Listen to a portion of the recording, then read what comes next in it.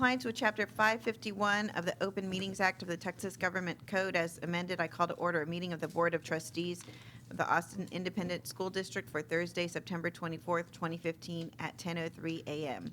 The board may meet in closed session to deliberate the appointment, employment evaluation, reassignment, duties, discipline, or dismissal of a public officer or employee, including District 7 trustee candidates and appointee selection considerations, deliberation of the purchase, exchange, lease, or value of real property, deliberation of a negotiated contract for a prospective gift or donation to the district, deliberation about commercial or financial information that the board has received from a business prospect, or deliberation of the offer of financial or other incentive to a business prospect, deliberation of the deployment or specific occasions for implementation of security personnel or devices, and or to consult with legal counsel regarding pending or contemplated litigation or a settlement offer, or on a matter which a school district's legal counsel determined should be confidential, including legal issues and selection of District 7 trustee in accordance with Chapter 521 of the Texas Government Code, Sections 521.074, 521.072, 521.073, 521.087, 521.076, and 521.071, respectively.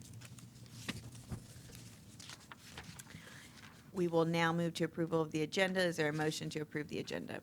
So moved. Motion made by Secretary Mathias. Is there a second? Second. Seconded by Vice President Ellens. All those in favor, please raise your right hand. Motion passes unanimously. Secretary Mathias, will you please lead us in the Pledge of Allegiance? Be happy to. Please stand. I pledge allegiance to the flag of the United States of America and to the republic for which it stands, one nation, under God, indivisible, with liberty and justice for all. I honor the Texas flag. I pledge allegiance to thee, Texas, one state, under God, one and indivisible. Okay, let's get started. The purpose of today's meeting is to give trustees an opportunity to interview the District 7 applicants. And welcome to both of our applicants. Thank you for being here today. The board is, and we should have had name tags for the applicants, Ms. Wagner and Mr. Sump. Thank you for being here.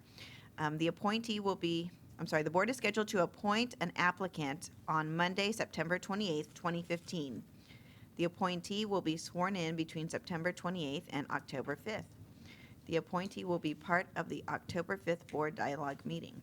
We will have a ceremonial swearing in of the new trustee on October 12th. This meeting is being televised and recorded. The trustees will take turns asking the applicants a question. The applicant will have 2 minutes to answer the question. The device in front of you will light up as you move through your 2 minutes of allotted time.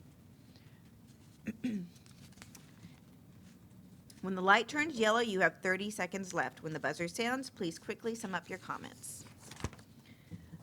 And at this time, we'll move to the questions. But before we start, I just want to say how appreciative I am to both of you for helping the district out and applying to fill this vacant seat.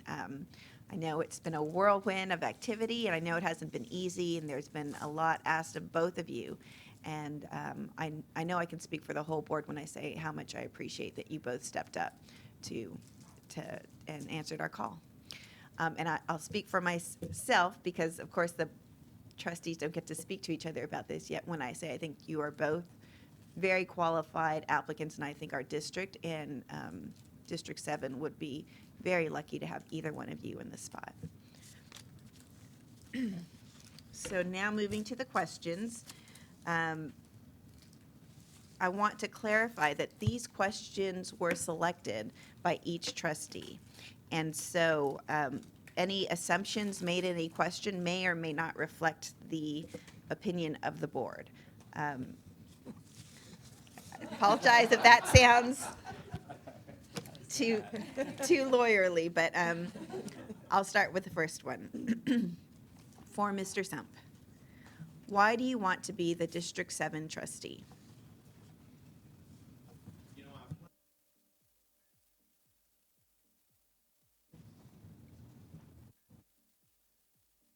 They're lying. Oh. Oh, it's on. There it is. It's on. Okay, very good. I applied to be considered for the appointment because I was moved to greater service. when a dear friend of mine and our trustee in District 7, Robert Schneider, passed away. And Robert had a unique way of getting people in his district involved in the work here in AISD. And I was very fortunate to have had opportunities on district-wide committees for the last 7 years, working also in the schools at Bowie, especially with some of the extracurricular activities that my children were a part of. And I continue to serve on district-wide committees today. But I started to get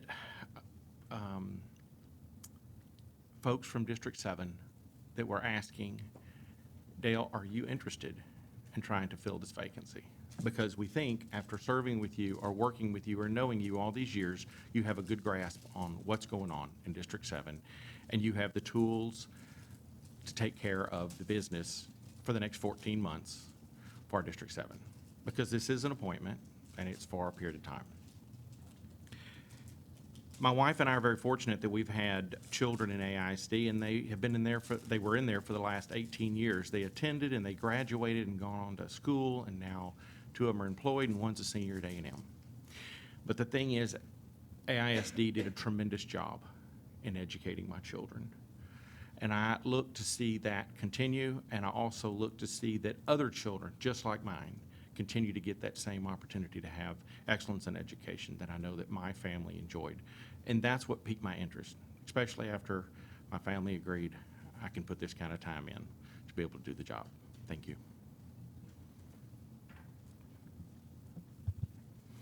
So the next trustee, when she's ready to ask a question. Ms. Wagner, could you please describe your view of the roles of the school board and the superintendent and the ideal relationship between the two? Okay, I think I'm on. Yes, I am. So my view of the role of the board and the superintendent and the relationship between the two, am I understanding the question correctly? Is really one of oversight on behalf of the board. I think we have some tremendous talent in place within our staff, and it's the role of the board to be able to provide the oversight and the governance to be able to empower the staff to come in and do their jobs. Not to direct the staff, that's the role of the superintendent, but rather to provide the governance and the oversight, and also oversight into legislative issues and things like that as well, that, again, empower the staff to be able to do their job, since we do have that strong talent in place.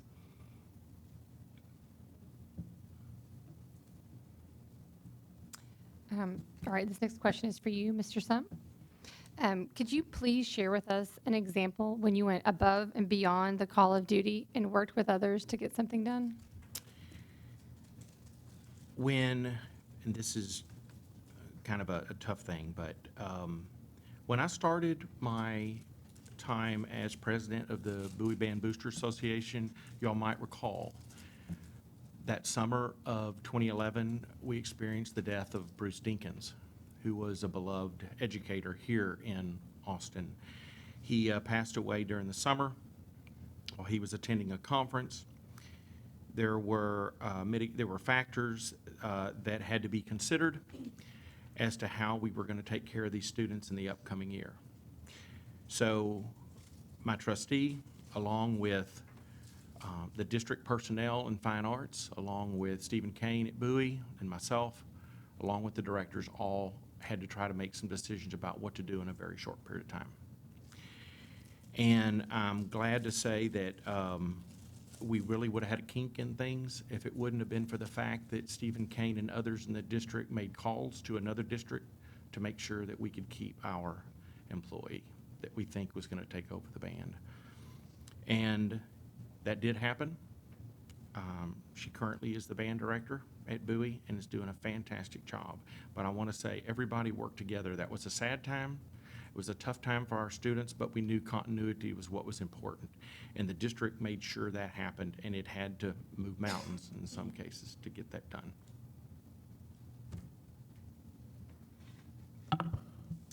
Ms. Wagner, as you're probably well aware, our district currently faces financial challenges. Given that adopting an annual budget is one of the critical duties of the board, what factors do you think will rise to the top of your decision-making list, set priorities, and advise the administration on what to fund and what might have to wait. And that's probably the longest question you're going to get. Sorry, it's complicated. Let me know if I need to repeat anything.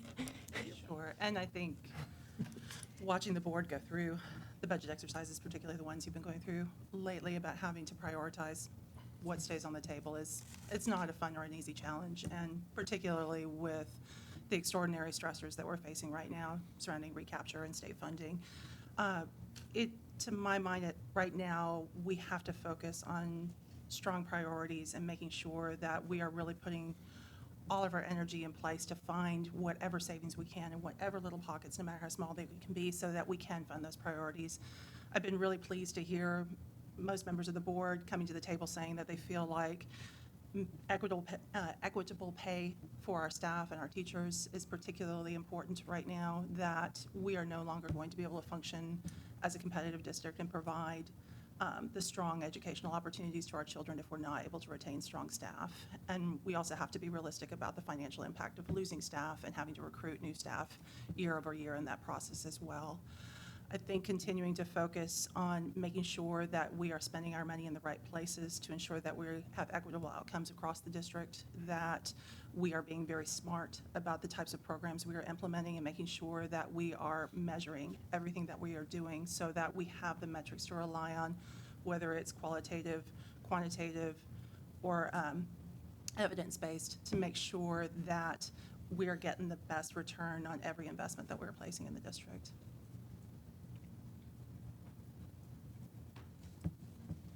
Mr. Sump, Yes, ma'am. you noticed the pattern. My turn. What examples can you share that might demonstrate your willingness and/or ability to vote for something that is good for the district as a whole, but may not be popular for District 7 voters? The concerns that the district is wrestling with right now is trying to determine how to best utilize all of our facilities.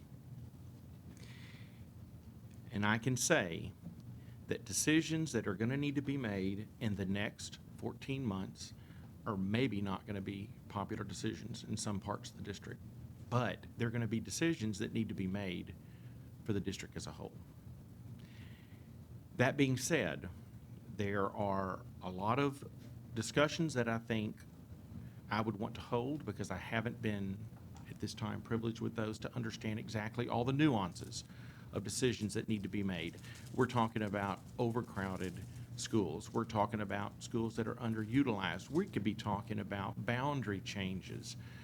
We could be talking about adding new schools. We could be talking about, forbid, closing a school or rebuilding a school. There's all kind of avenues, and not all those things are known right now.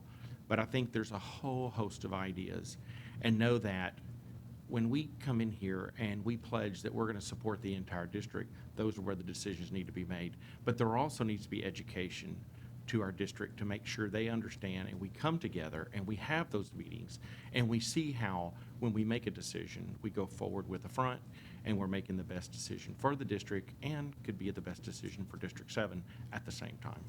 And that's going to take somebody who can bring consensus around an issue, and hopefully that's a tool that's in my belt.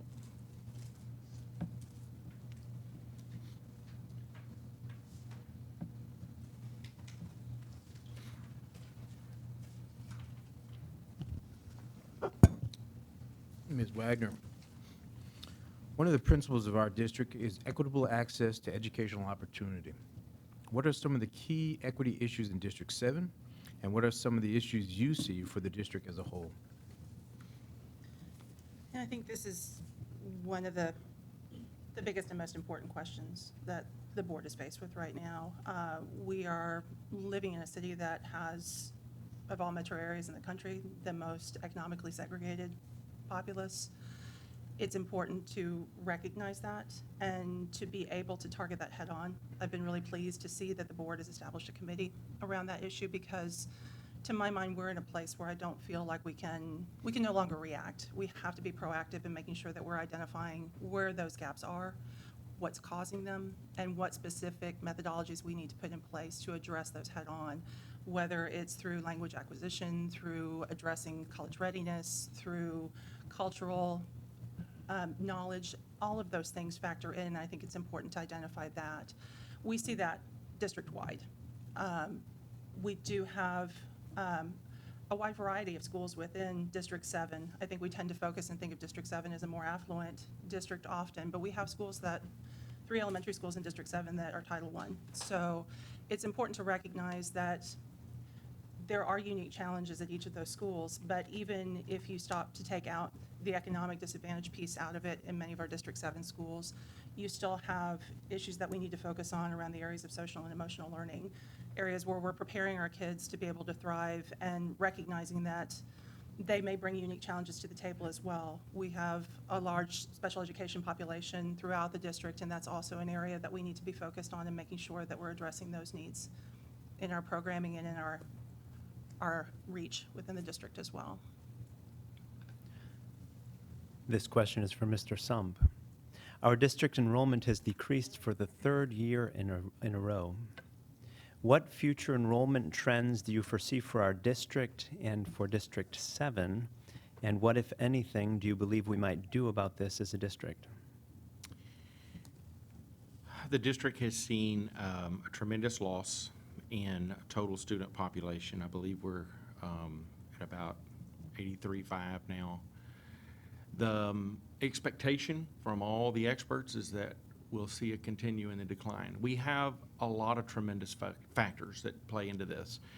Austin, the land values and home values are increasing. You see it every month in the paper. And so there's a formula that's used when they're looking at a recapture from our tax base with the student wealth. And what we're going to see is as long as we keep having the exodus of students from the district, whether it be because they're moving out further because they can't afford to live here, or they're moving to take advantage of other educational opportunities, which we're seeing here in the district, it's going to, on the bottom line, it's going to make a difference in how much money we're transferring over to the state.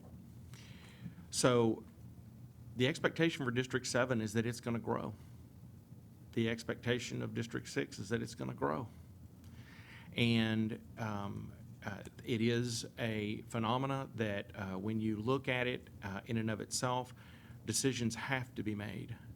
How best to harness what is going to be going on in those two districts, and relief in some areas. We see the growth coming. How far ahead do we need to be to make sure we're ready and able to handle the growth that's coming in those areas, and taking plenty of time to be able to study all the alternatives that we could have in order to maintain our status quo right now as far as facilities, but yet know that if new facilities are warranted, we have that opportunity to do that. Thank you.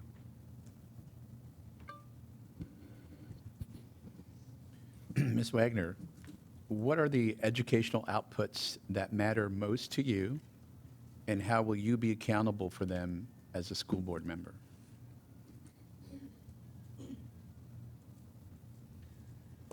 So educational outputs, that's a nice broad term. So, so I see you've given me a little room there. But for me, I think it is making sure that we recognize that every student in our district is individual and has individual needs, and that's what is working for one child, whether it is in being able to deliver the right services to them, the right programming options to them, the right coursework to them, and even the right teaching style to them, is something that we need to be very mindful of. And I think as we continue to innovate as a district, we continue to recognize the demand from our constituents to have more programmatic opportunities within our schools.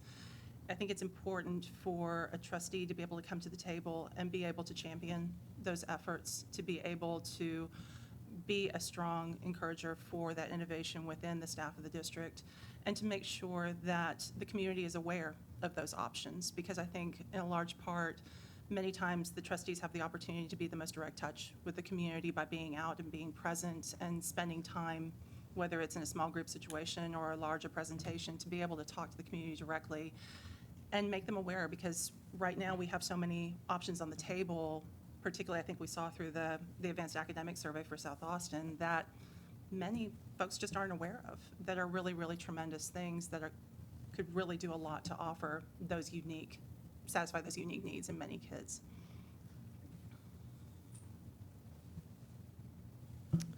Mr. Sump, what does serving on a body corporate mean to you?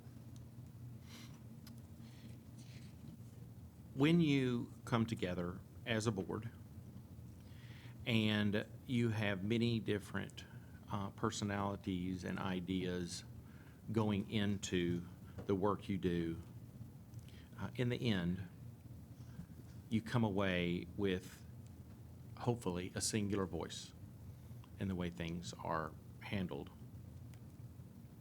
So taking a body like this and understanding all of the dynamics that go with it take a lot of collaborative efforts and take a tremendous amount of discussion and understanding of each other's needs in their district and the personalities you're dealing with and getting to know them, and that in the end, when decisions are made, that the body in and of itself can be out with their decisions and be unified in that once the decision is made. Thank you. Ms. Wagner, could you please tell us about your plans for the next year of work? What steps will you take to quickly get up to speed on District 7 issues, as well as other district-wide school board work? Well, I think in answer to that, I think for me, as soon as we began discussing the opportunity of an appointment, that work for me began. Because to me, recognizing that if I'm going to come to the table and be able to present myself as someone who I feel can step in and do this role well for a year and do it quickly, that work already needed to start happening. The person who takes this role has to be prepared and ready to hit the ground running from day one. There's too many important decisions that are waiting for this appointment. And for me, that's meant spending time in every District 7 school, making sure that, in the last 3 weeks alone, I've met with almost every principal in every District 7 school. I've met with PTAs, CICs, really just trying to get a strong understanding of what's happening on the ground, both from the parent perspective as well as from the administrator's perspective too. Making sure that I've been attending every board meeting, keeping up with all of the board business, knowing what's happening, and just making sure that I'm coming to the table well-versed in understanding what's happening on the ground, but also recognizing that the work doesn't stop there, that things change and evolve constantly, and it is being able to be a accessible, visible, ever-present person that is at school functions, that's meeting with people, that's holding coffee talks, that's posting in social media, making sure that information about the district is reaching constituents, and just really, I think that's one of the things that drew me most to this role, is just being able to be a present and accessible voice that can advocate for our schools in a very real way, not only by understanding them, but also being a parent who has children who currently attend those schools too.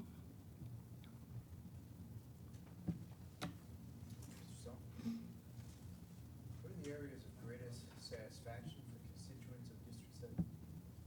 What are some of the areas of greatest... Sorry about that. Go ahead, got to do this. We'll start again. Yes, sir. Mr. Sump, what are the areas of greatest satisfaction for constituents of District 7? What are some of the areas of greatest dissatisfaction? And what would you do as a trustee to ameliorate the latter? So, areas of satisfaction. The schools as a whole in District 7 are doing a good job educating our children. I think that's the feeling overall.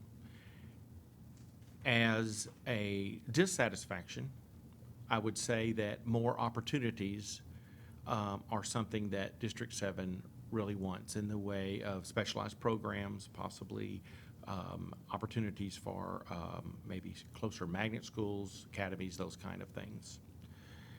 As far as satisfaction, it is the location where they live and the idea that the schools are close to the homes and they tend to be built around neighborhoods.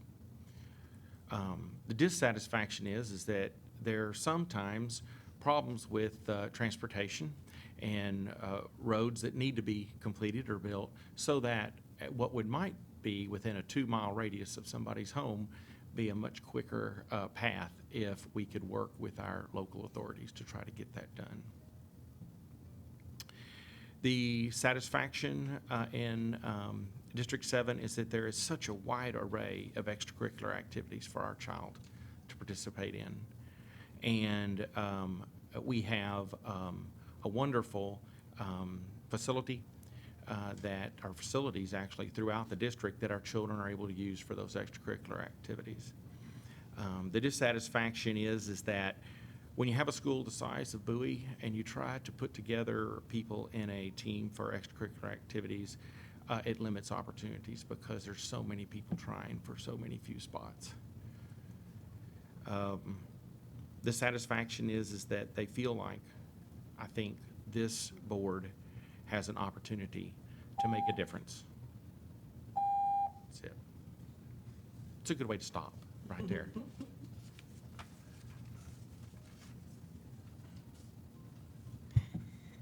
Ms. Wagner, how will you work with fellow board members, the administration, and our diverse communities to ensure an increased focus on student and academic outcomes? And I think, I touched on earlier, I think the importance of making sure that we are using careful assessment tools and making sure that we are measuring those outcomes. And I don't mean just from the standpoint of a standardized test. I mean making sure that we are allowing our teachers to have a voice and being able to articulate what's working for them in the classroom, that we are relying on the expertise at hand within our staff to bring forward those ideas. I think your question also touched on working with fellow trustees as well. Yes.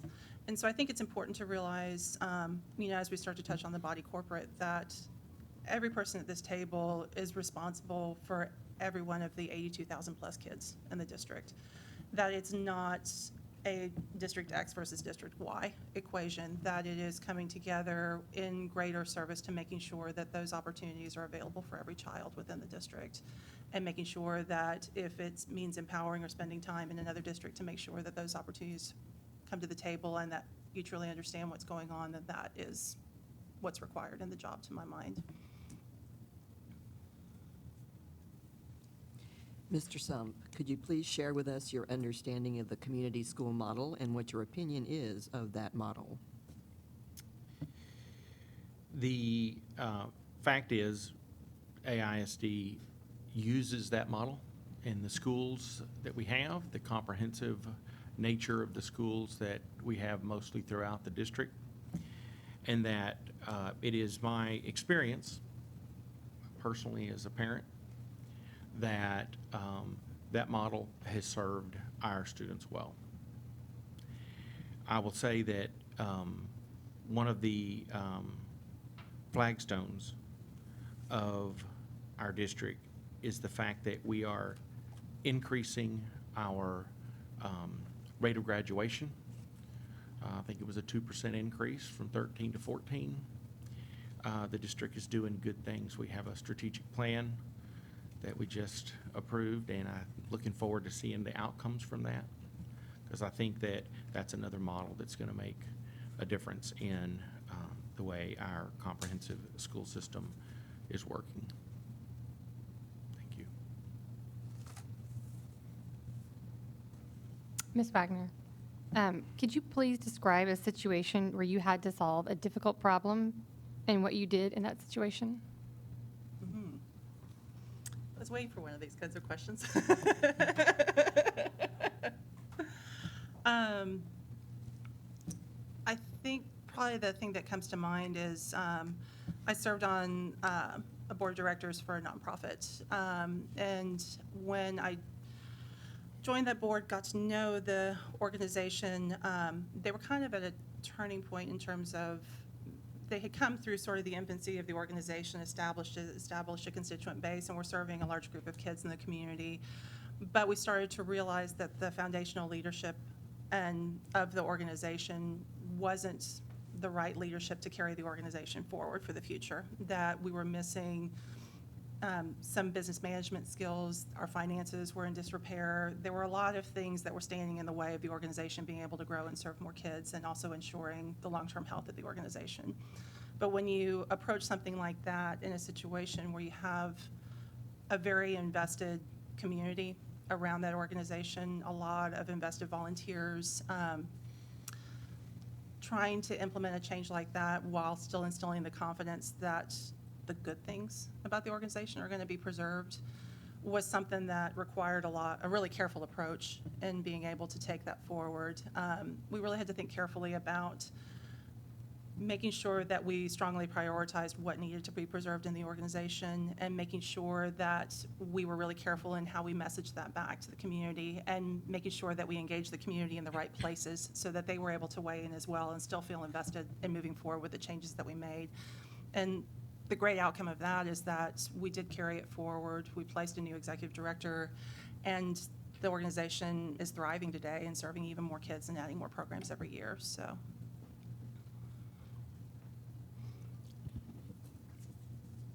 Okay, Mr. Sump, what civic business or advocacy groups do you have connections with?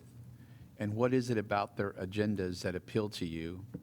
And what is an example of an issue with which you disagree with them?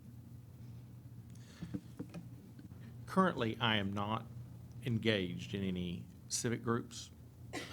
My time has been spent, for the most part, with issues dealing with the school district and the matters that the Oversight Board for the bonds, the Performing Arts Center naming committee, those kind of things are around.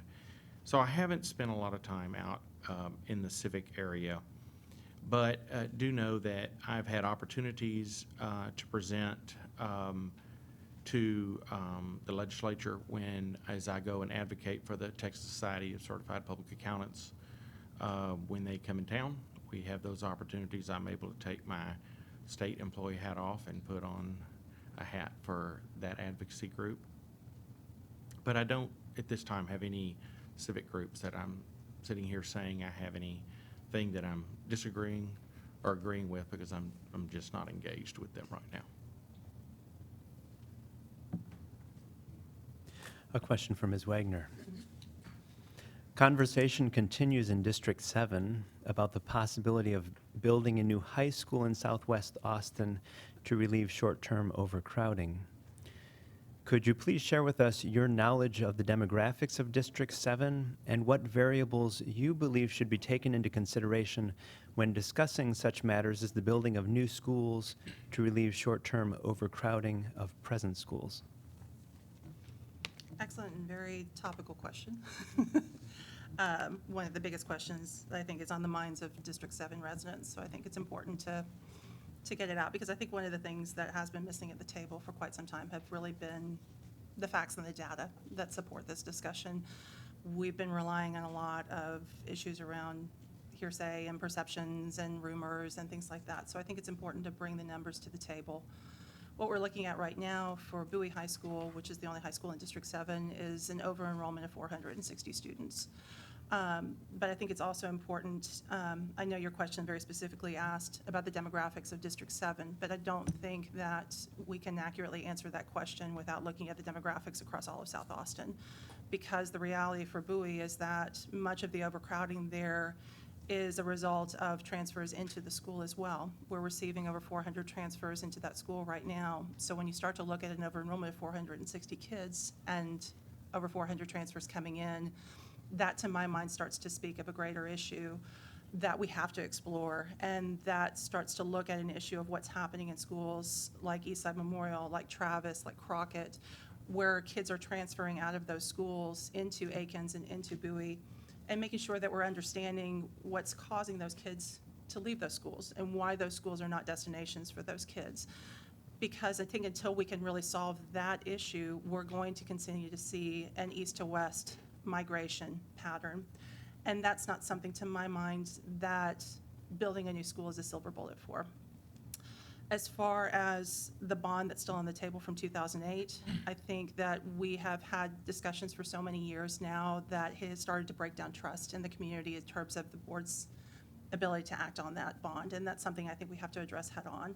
We are continuing to see movement to the outer fringes of the district. We're seeing explosive growth in southeast Austin as well as southwest, so I think the land purchase needs to happen with immediacy in both places.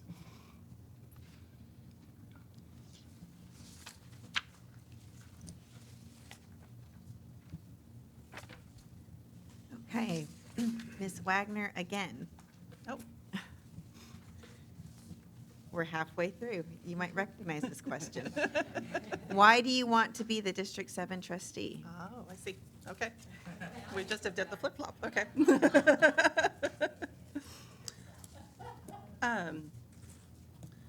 I think for me, this has been part of a long journey for me. I've had a longstanding commitment to community advocacy and volunteerism, particularly around issues surrounding women and children and families in our community.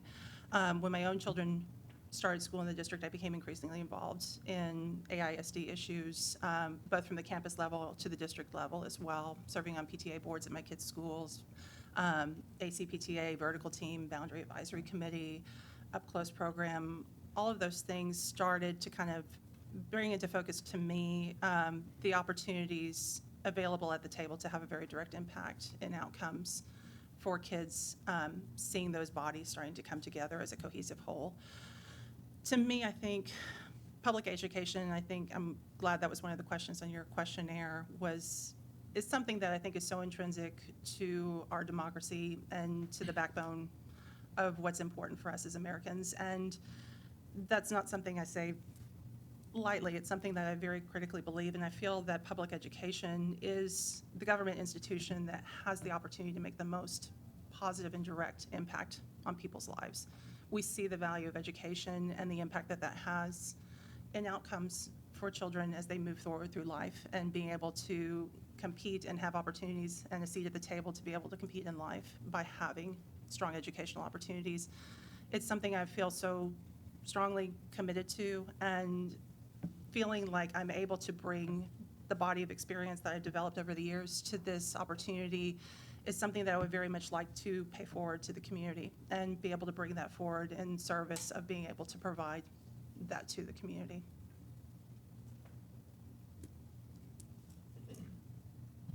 Mr. Sum, could you please describe your view of the roles of the school board and the superintendent and the ideal relationship between the two? The role of the school board is to set the vision for the district. They also have a responsibility for the adoption of a budget and the oversight of that budget. And the district has, the trustees have the responsibility for hiring the superintendent. One of the things that the superintendent has in the relationship with the board is that the board will carry out and approve policies for the district to follow, and then the superintendent will take those policies and make sure that they're implemented throughout the district. And then the trustees will receive feedback on exactly how those different policies are being adopted and the outcomes from the policies that are in place. So a good example of a relationship will be, I think the board just recently went through and approved some changes to the district transfer policy. So in that relationship, it was incumbent upon the superintendent to make sure that that policy is being implemented in the district, and then ultimately the outcomes of that policy will be reported back to the district as they become available. And it's that relationship right there that is what solidifies the work that's done in the district. But it is the trustees' job also to go out into the community and make sure the community is engaged and understanding in all that's going on in the district, and bring that knowledge back to the board so that that can be shared and discussed and understood. So when decisions are made, the understanding is this is what the community's thinking is on these issues. So, Ms. Wagner, can you please share an example when you went above and beyond the call of duty to get things done, including working with others? For me, another example of another experience on a different nonprofit board of directors, which was widely publicized in the news. It was a nonprofit called Family Connections, which many of you probably read about, heard about, because the executive director of the nonprofit embezzled millions of dollars for the nonprofit and effectively ended up leading to the closure of it. That nonprofit provided tremendous services to the community, and when I joined that board, I was thrilled to be at the table and be part of that. Very quickly after I joined the board, we discovered the malfeasance that had been at play. I had actually been asked by the executive director less than a month before we uncovered it, we hadn't even gotten through a full financial reporting period before, to be the treasurer of the organization. So when everything exploded, and it truly exploded, it was one of the toughest things I've ever been through. A lot of the board members left because they didn't want to have their name associated with all of it. They didn't want to be in the trenches with it. It was messy, it was ugly. We were having to make really hard decisions, and I was one of the few that stayed. And that's something I'm proud of, because I didn't go into that thinking of that as a resume builder or, as something, to check a box that I was doing. For me, that was really, I went into that with the commitment to that organization, to do the right things for that organization. And what ended up in front of me was not what I had thought was going to be in front of me. But I still stayed there, and I made the commitment to do the right thing. And all the way to the bitter end, when we were sitting there in 90-degree heat, packing up HIPAA-compliant boxes and making sure that we had checked off all the, we're communicating with, the banks to make sure that we were still paying as many benefits and pay to the employees as we possibly could through the bitter end. So that's something that was messy, ugly, but I'm proud to say that I stuck it through. Mr. Sump, as you are aware, our district currently faces financial challenges. Given that adopting an annual budget is one of the critical duties of the board, what factors do you think will rise to the top of your decision-making list to set priorities and advise the administration on what to fund and what might have to wait?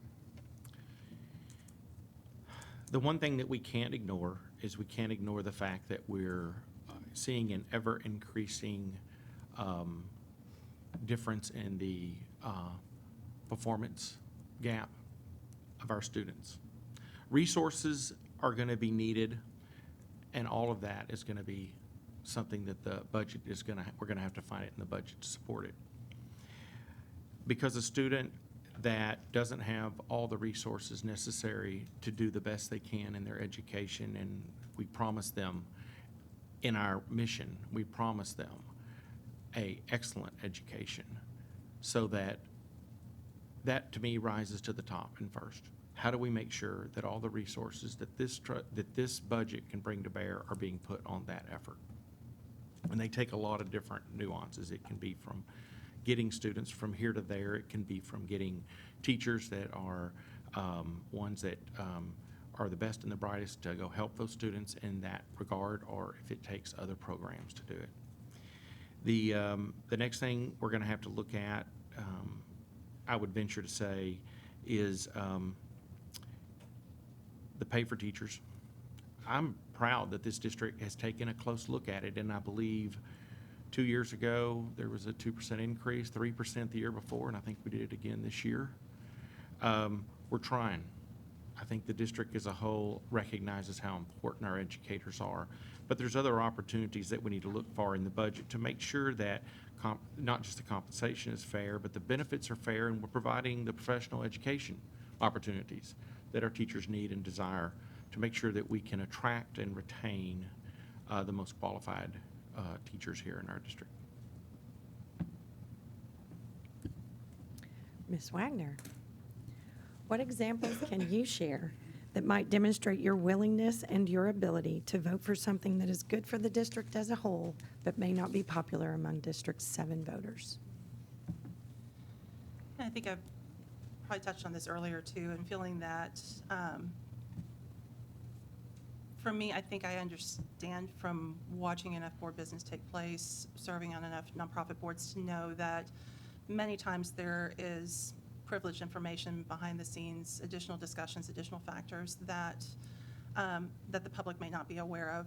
And it's incumbent upon the trustees to use all of the tools and information that they have at their disposal to be able to make the right decision, because effectively, the future of the district rests in the hands of the trustees making strong and effective decisions. And a strong trustee is able to stand up as a leader in the community by being able to explain why you've made a decision, be able to bring that back to your community and say, this may not have been the popular decision, but this is why I did that, and making sure that you've built the trust and the relationship with your community, that they will stop and listen and hear what you have to say and receive that information, so that it doesn't become sort of this mystery decision-making that happens from afar, that it really is something that the community has that level of trust and engagement from their trustee to know that they're coming to it with a point, from a standpoint of leadership and the best interest of the greater district.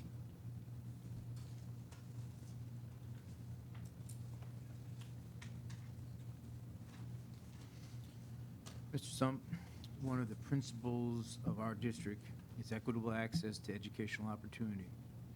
What are some of the key equity issues in District 7? And what are some of the issues that you see for the district as a whole?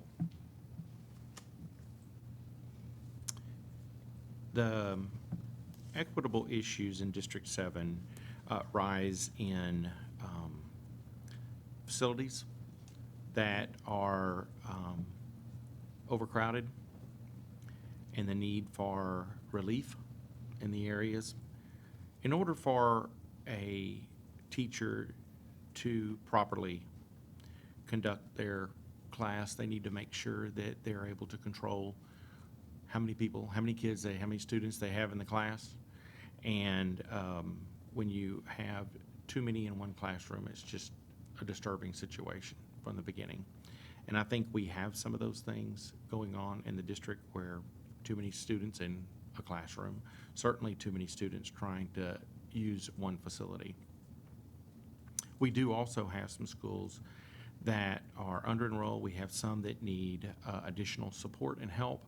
The district is concentrating on those in the areas of special education needs, in areas of mental health, in areas of those students that just want to do better, but they're just right there on the cusp of being able to do the best they can to get into the college that they want. Throughout the district, the equitable needs has to do with not only facilities, that's pretty much where my background was, understanding what's going on around the district, but also just in the ability to attract and keep the best and the brightest educators in the schools that would be able to best help. That's the resource that's needed to help those students through their educational experience in our schools around the district. And I think that's where I would concentrate efforts in that regard. A question from Ms. Wagner. Our district enrollment has decreased for the third year in a row. What future enrollment trends do you foresee for our district and for District 7? And what, if anything, do you believe that we might do about this as a district? And I think the most recent numbers I saw, an 1,100 student decline, is extraordinarily concerning. It not only impacts our bottom line, but it really shows a multi-year trend of losing kids in the district, that we can't afford to not stem that tide financially, or really considering the long-term health of the district as well. We're seeing kids leaving due to lack of affordability. We're losing middle-class families left and right within the district because they simply can't afford to live here anymore. We're also losing a large number of kids to charters. Charters are tending to encroach more and more and becoming more of a competitive entity. As far as seeing enrollment trends, I think what we see in District 7 tends to be slightly different than what we see in other areas of the district. We don't have as much encroachment by charters other than the easternmost reaches of District 7. We are losing kids to private schools, though, so I think that's something to consider as well. But through all of this, I think that what we have to be mindful of is really considering that, and I've said it before in some of the forums, that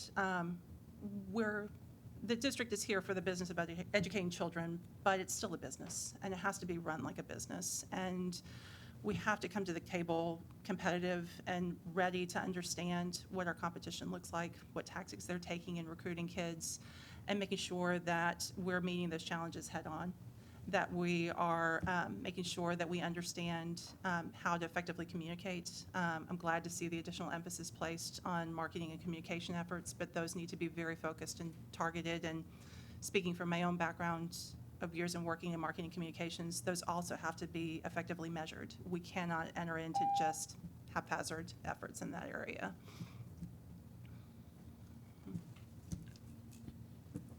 Mr. Sump, what are the educational outputs that matter most to you, and how will you be accountable to them as a school board member? The focus in the education here in AISD, I believe, should always be around the graduation.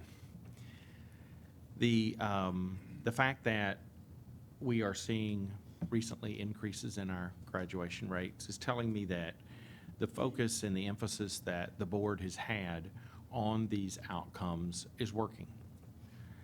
Working together with the superintendent and the staff and administration and the teachers, we're finding that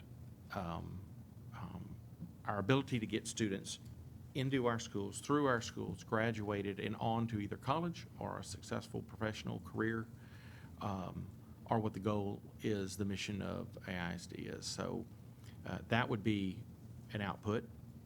Another output would be that students are satisfied with the opportunities that are afforded them in their education. That when we go back and we talk about students that would rather have some kind of specialized tech program, or would be able to have some sort of fine arts program for their graduation, that we make sure we continue to offer those kind of things for those students, and would want to know exactly how successful we are when we offer those. Those are the outputs. Thank you.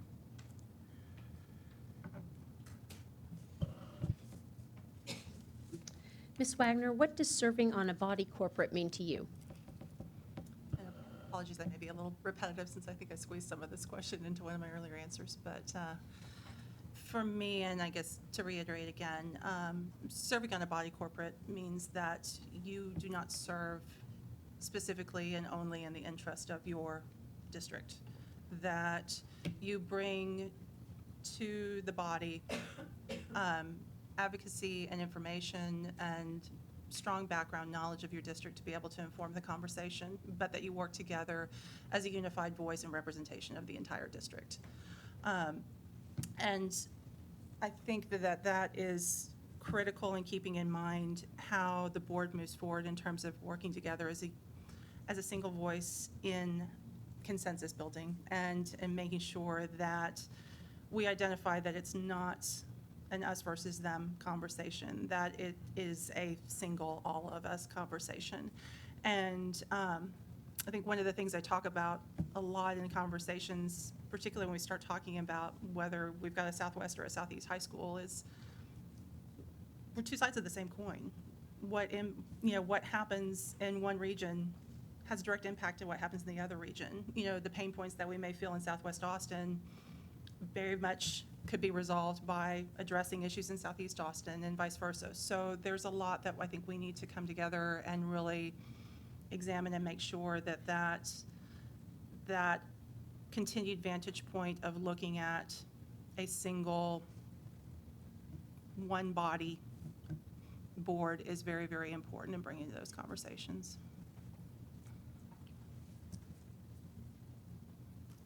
Mr. Sump, could you please tell us about your plans for the next year of work? What steps will you take to quickly get up to speed on District 7 issues, but also district-wide school board work? Well, you all know that this hasn't been a long look at me coming into this appointment process. It's been a long work in AISD district-wide, but not this. The person that was supporting our district, Robert, was the person who we entrusted with that work. So for me, I am trying my best to go in there and drink from a fire hose and take in as much information as I can so that I can go out and ask the right questions in the district and understand exactly what it is from our district's perspective that our constituents feel like is most important. I can read and hear of things that were occurring in the district, but it's going to take another fresh look at that. That is where I see my approach in understanding more about this. But for all the issues that are going on with the district, the very fact is my time is, I'm in a good place right now with my time and being able to dedicate the extraordinary amount of time that it's going to take. And all of you know that, know better, than me, because y'all have spent such an extraordinary amount of time. But that's what it's going to take. It's going to take somebody coming in, making sure that their calendar is clear, they can go and they can attend the forums and the community meetings and be out in the public and hear what they have to say, and they have to come here also and take care of the business of the board. Please know that my expectation is that there's many things that the board can draw on from my financial background, and that's my hope that I would have that opportunity to do that. But there are other opportunities that I've used that same skill in the boards that I'm working on right now.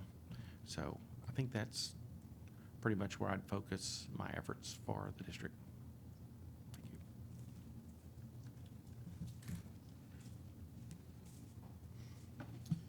Wagner, what are the areas of greatest satisfaction for constituents of District 7? What are some of the areas of greatest dissatisfaction? And what would you do as a trustee to ameliorate the latter?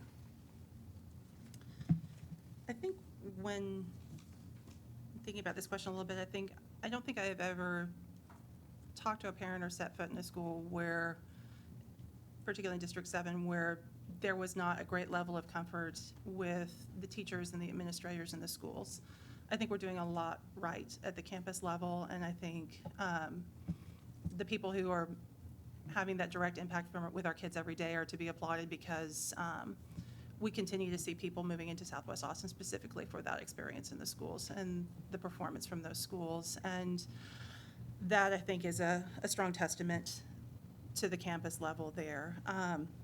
The things I think that continue to be challenges and cause dissatisfaction are the continued conversations and very much stalled conversations around the South High School have bred a lot of distrust, feeling like information isn't being carried forward. Other things that have been challenging in the past too, I think old wounds that we're still healing from have been how past boundary issues have been handled, and folks feeling like they just didn't really have a voice at the table in those conversations and feeling left out of the equation. So I think that has bred some dissatisfaction. I also think we need to be very mindful of addressing what's happening at our elementary levels in District 7. We've got several schools that are significantly over capacity. We've got Kikers over by 262 kids. Baranoff is riding at almost that same number. We've got Baldwin over by 121. We've got Cowan significantly over with a brand new development about to pop up near them that will bring even more kids into their doors. So that is starting to bring to light that a larger solution is going to be required to address that, particularly since we aren't in a situation right now where we can immediately build a school or add on to a school. So I think that's going to be managing carefully through those conversations, be they around boundaries or bonds or any of those things, and a trustee has to be very active and available to help with those conversations and make those happen. Mr. Sump, how will you work with fellow board members, the administration, and our diverse communities to ensure an increased focus on student and academic outcomes? First off, the idea that I have been able to work well with a group, coming together to come to a decision, consensus building, is one of the things that I've had an experience with. Okay, so when we're looking at student outcomes and we're trying to develop our goals and targets toward that, the expectation is that I will go out in the community, especially in District 7, and find out exactly what the parents, students are looking for in those areas, and I would bring that information back to this group so we can come up with a corporate decision of what would be the best alternative for those outcomes.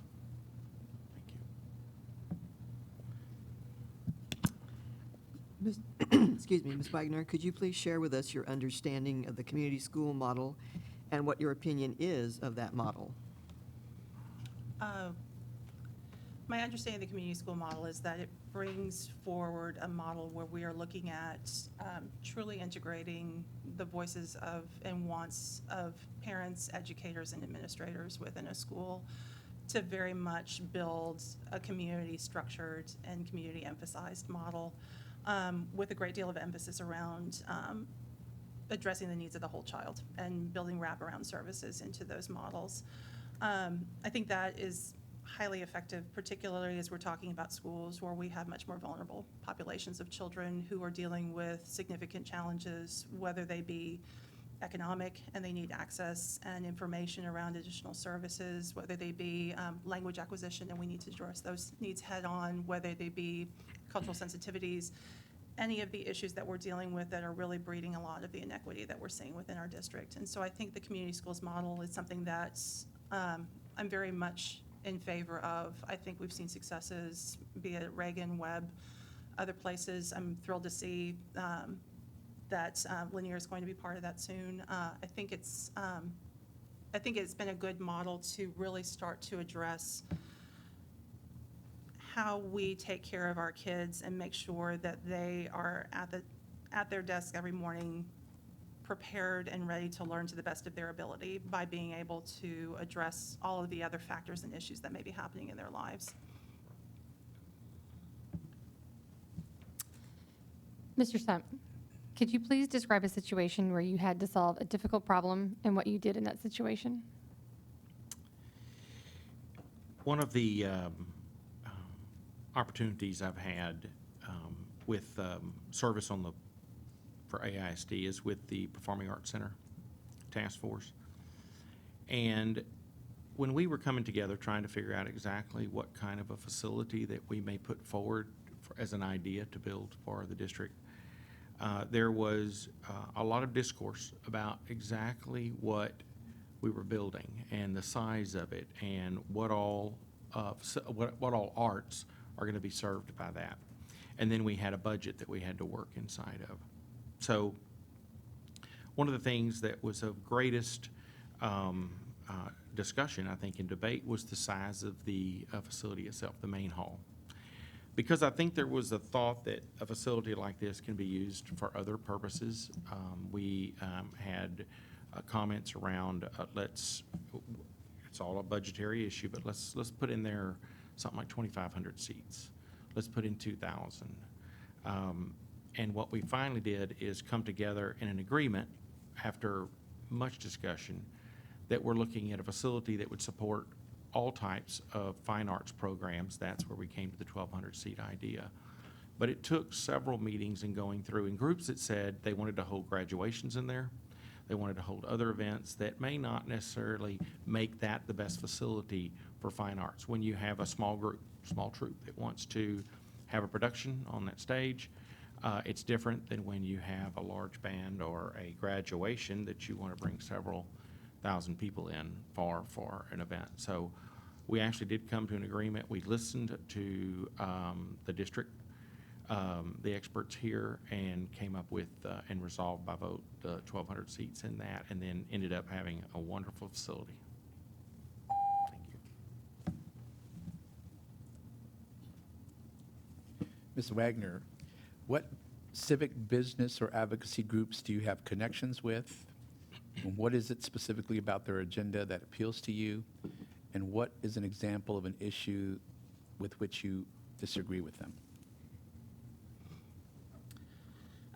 So I maintained a longstanding commitment to many groups within Austin. I guess most notably, I've served on the board of directors, as I mentioned earlier, Family Connections, Girls Rock Austin. Sorry, having a brain fart. Um, Anyway, I'm leaving some out. But as well as I'm a alum of Leadership Austin. I just finished the Citizens Police Academy. I've been a longstanding volunteer at Safe Place as a sexual assault hospital advocate. I've been a docent at the Bob Bullock Texas History Museum. I've also been a docent at the Harry Ransom Center. For me, I think, again, all of those have really centered around really looking at opportunities to directly impact women and families and children in the community. I typically don't shy away from the things that are more challenging. That in volunteering for Safe Place, the role that I chose was to sit down at bedside with sexual assault survivors as they come into the hospital waiting for their forensic exam. So there are things that I feel like have been so important, and that's why I've put such a great deal of my time into that over the years. As far as finding something specifically that I disagree with, it's challenging. I think, there have been times, of course, serving on boards of nonprofits that you're going to run into issues where the whole entire board's not agreeing, or staff may have a different viewpoint that they're bringing forward. But as far as saying that there's something wholesale I disagree with them about, no, because I think those challenges, I think, are things that you work through and you come to consensus on, and you find a way forward, particularly as you're serving in a leadership capacity within an organization. This question is from Mr. Sump. Conversation continues in District 7 about the possibility of building a new high school in southwest Austin to relieve short-term overcrowding. Could you please share with us your knowledge of the demographics of District 7 and what variables you believe should be taken into consideration when discussing such matters as the building of new schools to relieve short-term overcrowding of present schools? Conversations that are going on in District 7 right now are surrounding the fact that we're looking for relief from Bowie High School. The numbers are tremendous. You're looking at 100 students going out for 100 Bowie students will go out for magnets and academies, but we have another 500 coming in and transferring into Bowie. So it's a difficult equation to come up with an answer other than relief from this with a new facility, which is, the thing that's on everybody's mind, because we have this on the bond that says there's going to be a South Austin High School. So I think that's first and foremost the focus. I know that years ago, when Bowie was promised relief, the district was able to get passed and put through the building of Aikens High School. And that was a tremendous opportunity for Bowie then to readjust what they had going on with their student population. But now we're looking at Bowie and we're looking at Aikens and we're looking at all this. And so the sense is, in everybody's mind, it's a new facility. And again, it's because the talk around the fact that in 2008, we said we were going to build a South Austin High School. But there's so many different variables that need to go in that. And I talked a little bit about it before. And that I think the conversations need to come up again. I know the board has an interest. I've read the board has an interest in trying to move really quickly on a decision on the South Austin High School. But I think it's been 7 years since the bond. I think you can stand a little bit more time to have some more decisions. But I can tell you, I would say that the overwhelming majority of my constituents in District 7 are looking to see a facility built in District 7 to relieve the overcrowding from Bowie.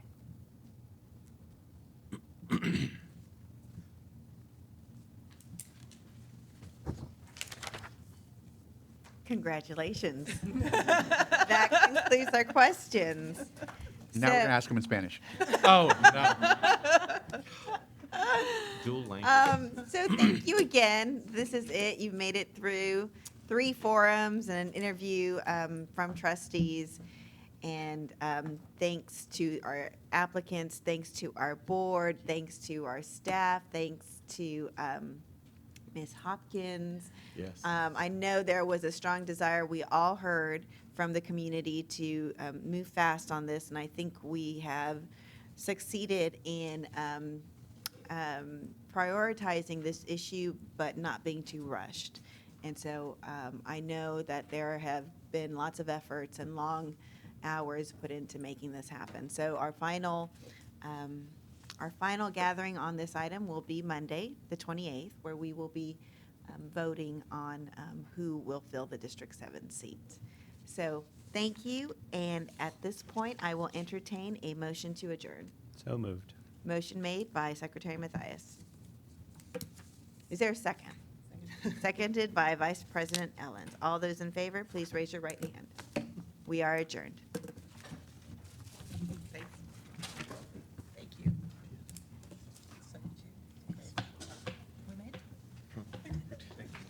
Thank you so much. Thank you all for your time today. Thank you so much for the opportunity.